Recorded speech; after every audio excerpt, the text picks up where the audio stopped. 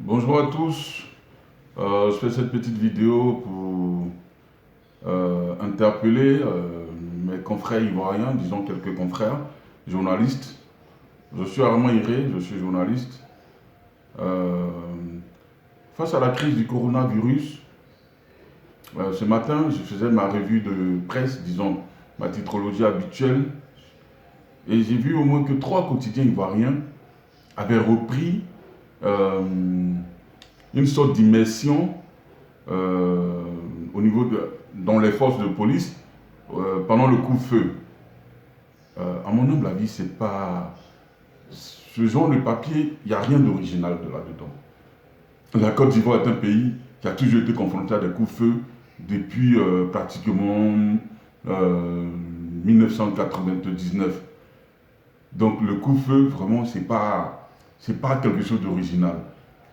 Aujourd'hui, ce dont on veut, nous qui sommes un peu loin de la Côte d'Ivoire et qui suivons l'actualité ivoirienne, parce que c'est notre pays, ce qu'on souhaite de nos confrères qui sont sur le terrain, et ce n'est pas des leçons qu'on leur donne, c'est par exemple de voir comment une famille à Abobo derrière Rail, ou bien à Yopougon Koweït, ou encore à Cocody Blocos ou Gobelé, vit cette histoire de coronavirus et vit le confinement si d'aventure ces familles-là se confinent.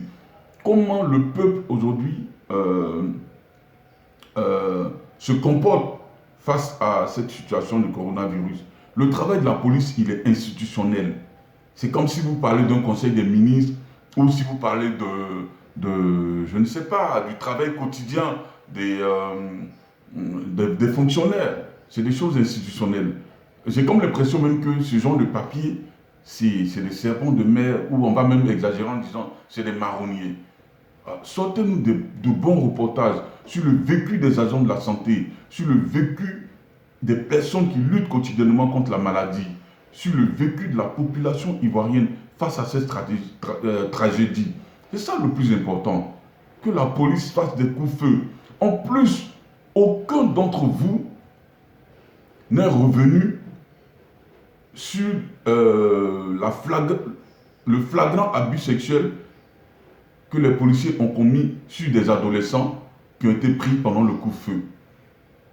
Ce qui s'est passé là, en permettant à 2 jeunes adolescents qui ne sont pas des homosexuels de s'embrasser simplement parce qu'ils ont été pris pendant le coup de feu, si vous voulez, c'est une violence sexuelle extrêmement grave. C'est une violence sexuelle extrêmement grave. Vous n'avez pas suivi les traces de ces jeunes-là pour leur demander quel est le traumatisme qu'ils ont vécu en faisant cela.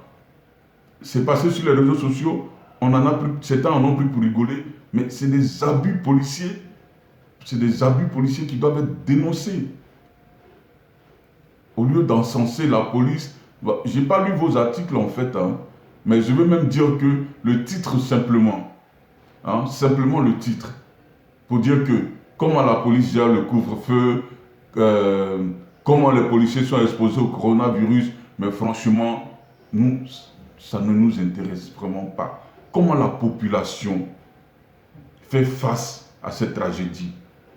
Pourquoi la police a abusé sexuellement, on va dire, a fait preuve de violence sexuelle sur 2 jeunes Ivoiriens? C'est ça qui nous intéresse. Revoyons un peu nos copies face à ce fléau et cherchons la bonne information qui peut véritablement intéresser le peuple. Bonne journée, merci de m'avoir écouté.